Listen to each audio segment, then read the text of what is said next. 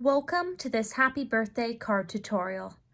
Keep watching to see how to make this metallic eat, drink, and party happy birthday card. Shown here and also linked in the description box below are all the supplies that you'll need to make this card and the specific items that I used.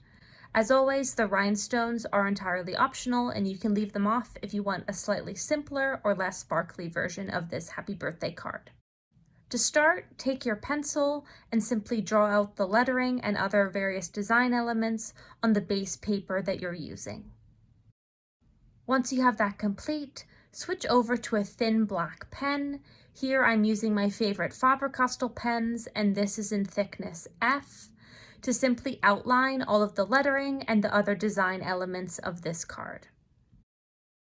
Once you have that complete, the next step is to simply color everything in. And I simply started by coloring in the words eat and drink in silver.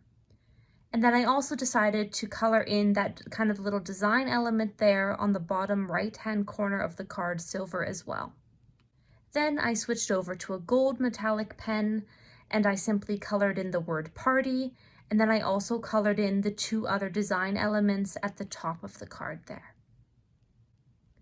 And once you have everything colored in, you could simply leave the card just like this, or if you wish, you could add some rhinestones to add a little bit of extra sparkle.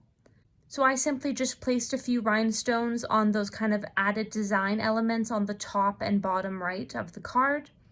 And then once I had the rhinestones where I wanted them, I just took some fast drying glue and glued them on. And once you've completed that, this eat, drink, and party happy birthday card is complete.